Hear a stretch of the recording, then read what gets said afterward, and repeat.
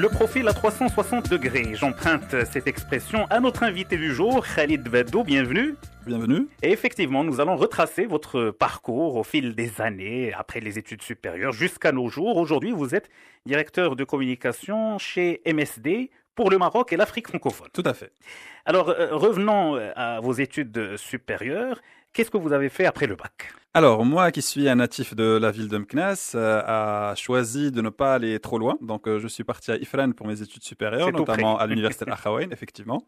C'était une expérience très enrichissante, que ce soit au niveau académique ou aussi au niveau personnel. Donc, comme vous le savez, le système nord-américain, il ne forme pas uniquement des profils techniciens, mais plutôt Oui. des profils en fait, de la personne en elle-même, à travers des activités parascolaires, à travers la vie du campus, à travers les échanges et l'accès à des personnes et des personnalités qu'on n'a pas l'habitude de voir, qu'on a l'habitude de voir que sur la télé. Oui. Donc, c'était une très belle expérience, un parcours quand même là où j'étais assez actif pendant les 5 années que j'ai passé à l'université d'Al-Akhawaïn.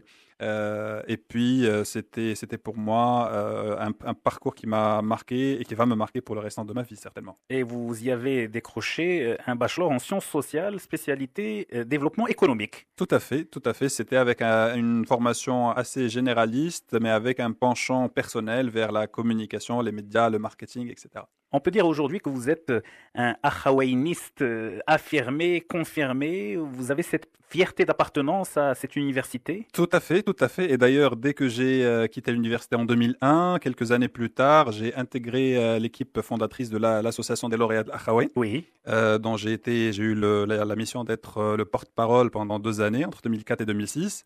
Et je suis revenu en 2009 pour être élu président de l'association de 2009 à 2012. Donc le lien avec l'Akhawaïn a été maintenu pendant un bon bout de temps. D'ailleurs, vous avez effectivement présidé les destinées de la communication de l'université entre septembre 2001 et janvier 2003. C'était ma première expérience professionnelle, donc vu le fait que j'étais actif et j'étais repéré facilement par les exécutifs de l'université, j'ai eu le plaisir d'être recruté pendant pratiquement 2 ans en tant que responsable de communication externe, sous la présidence d'un grand monsieur qui est toujours là aujourd'hui, qui est toujours actif, qui est Serrachid Belmokhtar, Oui. aujourd'hui ministre de l'Éducation nationale, qui était à l'époque président de l'université. C'était pour moi un grand apprentissage et comme on dit d'habitude, on garde toujours les empreintes de notre premier grand patron. Oui. Et je pense et je considère que c'est le cas pour moi aujourd'hui. J'ai pris de Sibel Mokhtar son humilité, son sens de la diplomatie, ainsi que mon directeur, mon manager direct, qui était à l'époque c'est Rachid Slimi, qui était aussi un grand monsieur et de chez qui j'ai appris beaucoup de choses. En 2003, vous intégrez Insights Communication, directeur clientèle. Parlez-nous de cette expérience. Alors, Insight Communication, c'était en fait mon entreprise que j'ai lancée en association avec d'autres personnes. Oui. C'était une expérience entrepreneuriale qui n'a malheureusement pas abouti, mais qui m'a appris beaucoup de choses. Donc, j'étais jeune à l'époque, 25-26 ans. J'étais en train je me suis lancé dans l'entrepreneuriat, dans les métiers de la communication que je savais, que je maîtrisais. Mais malheureusement, pour différentes raisons, c'était une expérience qui n'a pas vraiment réussi, mais j'ai appris vraiment le sens de l'endurance, le sens d'une maturité principalement et d'une agressivité, si on peut dire. C'était pas uniquement une expérience entrepreneuriale, mais c'était aussi une expérience de vie. Heureusement, à l'époque, j'avais pas encore une famille à soutenir, donc j'étais tout seul et c'était Oui. pour moi une grande bataille pour pouvoir réussir et sortir, en fait, après un petit déclin, ressortir, rejaillir de mes cendres et puis repartir vers d'autres horizons. Vous disiez, j'étais jeune, vous l'êtes toujours. Oui, aujourd'hui, à 36 ans, oui, je suis encore jeune.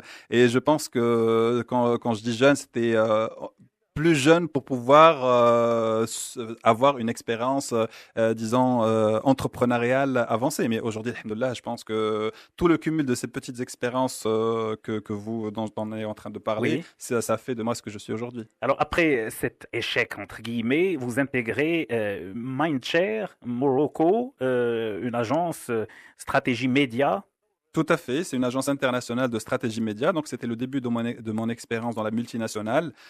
J'étais chargé de gérer plusieurs comptes et cet esprit entrepreneurial que j'ai développé dans mon expérience, qui n'a malheureusement pas réussi, je l'ai implémenté dans le cadre d'une entreprise. C'est-à-dire que j'étais entrepreneur, j'avais un esprit de leadership qui s'est développé assez rapidement. J'ai pu mener des équipes et puis ce qui fait que j'ai intégré au début en tant que média planner pour, Oui. au bout d'un an et demi, 2 ans, être média manager et puis évoluer et gérer même des comptes sur toute la région MENA. Alors on peut dire que vous avez pris goût aux multinationales puisque par la suite vous intégrez Nestlé en tant que directeur de projet senior. Tout à fait. En fait, j'ai intégré en tant que directeur des services marketing pour la région Maghreb. C'était les premières 4 ans de mon expérience à Nestlé, premier groupe alimentaire mondial. Oui. Et puis ensuite, j'ai enchaîné vers la direction de projets. C'était principalement des projets de développement marketing. Et c'était aussi une belle expérience parce que c'était l'ouverture sur le Maghreb. C'était aussi le contact avec la grosse structure qui se trouve en Suisse, les partenaires qui se trouvent à travers le monde. Et c'était vraiment enrichissant et j'ai appris vraiment beaucoup de choses pendant ce parcours. Pourquoi vous avez quitté Nestlé pour MSD? En fait, à un certain temps, il fallait faire un choix. J'étais soit destiné pour les métiers du marketing, le développement de produits, etc. Ou alors, mon penchant qui avait commencé avec moi depuis mes études vers la communication, les relations publiques, commençait à prendre le dessus. Et donc, c'est là où j'ai décidé de quitter pour MSD. Et puis, il y avait aussi la dimension régionale, d'élargir le réseau. C'est-à-dire que j'ai travaillé sur le Maghreb, j'ai travaillé sur l'Afrique du Nord. Il Oui. fallait aussi maintenant partir vers l'Afrique. Et c'était, là, je parle en 2012. Donc, je pense que j'ai pris un peu de l'avance par rapport à tout l'engouement qu'il y a aujourd'hui vers Pour l'Afrique. l'Afrique. Et je pense que je suis toujours en train d'apprendre beaucoup de choses par rapport à cela. Alors, du haut de vos 12 années d'expérience en communication et marketing, vous fondez l'association marocaine du marketing et de la communication. Pourquoi, justement, regrouper ces talents qui s'activent dans les domaines du marketing et de la communication dans un cadre associatif? Il faut dire qu'il y avait un besoin pour cela. Aujourd'hui, on s'est regroupé en tant que marketeur, que manager en communication, et on s'est dit qu'aujourd'hui, effectivement, il y a des entités qui représentent nos entreprises et nos institutions, ainsi que les agences de communication, mais il n'y a pas un cadre qui nous regroupe, nous, en tant que professionnels, de manière intuitive personnelle. Oui. C'est-à-dire qu'on adhère avec notre propre nom, et si demain on change de casquette, on sera toujours membre de l'association. Donc on est parti de ce constat, on a commencé à travers les réseaux sociaux. On a eu un bon retour, un bon feedback de la part des professionnels. On a initié notre première réunion de travail. Ça a bien démarré, la sauce a pris. Et puis aujourd'hui, après 5-6 mois d'activité, on est pratiquement à 70 membres. Et puis, on a un réseau de pratiquement 300 membres qui font partie de notre network, c'est-à-dire qui assistent à nos événements, qui répondent à nos questionnaires quand on les envoie, avec beaucoup disons, de membres d'adhérents sur les pages Facebook, sur les réseaux sociaux. Et donc, c'est des choses qui nous font vraiment plaisir après si peu de temps. Alors, Khalid Baddou est président de l'AMMC et aussi en parallèle vice-président de l'Alliance des indépendants. Comment vous vous êtes retrouvé dans cette alliance?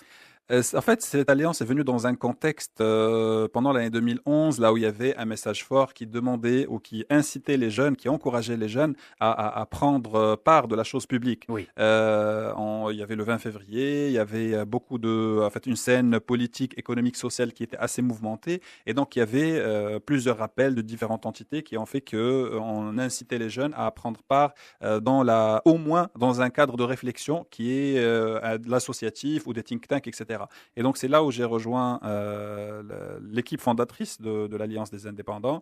Nous avons travaillé depuis le temps sur plusieurs initiatives. Et puis aujourd'hui, je pense qu'on est fiers du bilan qu'on a fait jusqu'à aujourd'hui et de tout le soutien que nous avons apporté à l'échiquier politique et économique dans notre pays. Qu'est-ce que vous répondez à ceux qui disent que l'Akhawaïn forme finalement une élite qui ne profite pas vraiment au Maroc? Il faut dire qu'il y a beaucoup de stéréotypes par rapport à l'image quand les gens sur les profils de l'Akhawaïn, et on remarque cela dans les réseaux sociaux, quand il y a des articles de presse qui sont publiés, etc.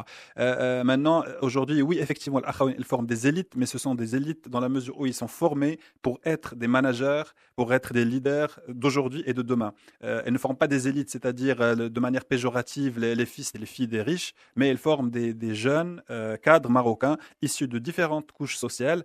Elle les transforme en potentiel manager ou en potentiel leader pour demain. Et donc ça, aujourd'hui, c'est avec l'accompagnement, bien sûr, à l'intérieur de l'université, mais bien sûr, tout ce qui se fait en parallèle de l'aspect académique, mais aussi tout ce que ces gens-là font de leur destinée. Parce qu'en fin de compte, l'Akhawaïn, elle donne un diplôme en fin de compte, elle donne une formation. Mais après, si la personne fait un choix différent, c'est à la rigueur, ce n'est pas la responsabilité de l'université. L'université. Khalid Baddou, si vous pouviez changer quelque chose en un claquement de doigts au Maroc, ça serait quoi? Il y a différents niveaux, il faut dire. Mais si je dois changer quelque chose en un claquement de doigts, Priorité numéro un. voilà. Priorité numéro un sera comment le Maroc travaille son image, que ce soit en interne ou en externe. D'accord. C'est comment le Maroc fait la promotion de son image, comment le Maroc il défend ses intérêts, comment le Maroc il construit ce label Maroc, que ce soit en interne ou en externe. Je pense que Marketing politique. marketing économique, social, politique, tout ce qu'on veut. C'est-à-dire aujourd'hui, à mon avis, il y a un manque d'une stratégie transversale qui crée un label Maroc fort, reconnu à l'échelle nationale et internationale. Aujourd'hui, nous avons plusieurs études qui placent le Maroc dans des lieux pas très avancés en termes d'image. Et je pense que si j'ai à changer quelque chose, ça sera aider mon pays à mieux se vendre et à mieux faire sa promotion, que ce soit en interne ou en externe. Il ne faudrait pas créer un organisme pour ça, comme nos amis tunisiens qui ont un bureau de la communication extérieure. Aujourd'hui, à notre niveau, au niveau de l'Association marocaine du marketing et de la communication, on est en train de travailler sur cela. On veut utiliser notre savoir-faire en tant que marketeur, que communicateur, pour donner de la valeur ajoutée à notre pays. Mais c'est sûr qu'à un certain temps, il faudra qu'il y ait une entité qui a une vision plus globale, une vision plus transversale, qui n'est pas uniquement sectorielle, qui fait de la promotion de ce label une priorité. Et je pense que ça, c'est au plus haut niveau de l'État que ça doit se décider. Et il faut vraiment qu'il y ait tous les moyens qui soient mis pour pouvoir mettre cela en œuvre le plus tôt possible. Dadahiani, chanté par Mazagan, qu'est-ce que ça vous inspire? C'est une très belle chanson que j'ai connue par hasard, que j'aime beaucoup parce qu'elle a un style, elle regroupe vraiment différents styles de la musique marocaine. Le style marocain et traditionnel, Oui. le style andalou. Et puis je me dis malheureusement que ce groupe Mazagan n'existe plus dans sa forme initiale. Mais bon, dans tous les cas, il nous a laissé beaucoup de belles chansons, dont Dadahiani, que j'apprécie énormément, que j'écoute très souvent jusqu'à aujourd'hui. Merci Khalid Baddo. Merci à vous. On va se quitter sur cette chanson. À très vite sur Atlantique Radio. Et Atlantique Soir arrive juste après. Mazagan. دادا حياباني غريب في بلادي دادا حياني دقتني الحربة دادا حياباني والياس منساني دادا حياني قتلتني الكيان حامل حزاني والغضبان في سناني ماشي في طريقي ما قلت حتى كلمة حامل حساباني والغضبة في سناني ماشي في طريقي ما قلت حتى كلمة هي الوردة ونسينها نشموم هي القمرة والزين والحشمة هي الوردة ونسينها نشموم هي القمرة والزين والحشمة القارو الدلال والقط والعتيدان سرو الجمال سبحان خالقها القارو الدلال والقط والعتيدان سرو الجمال سبحان خالقها زينها نساني همومي وحزاني زينها بلاني جاني من الكربة زينها نساني همومي وحزاني زينها بلاني جاني من الكربة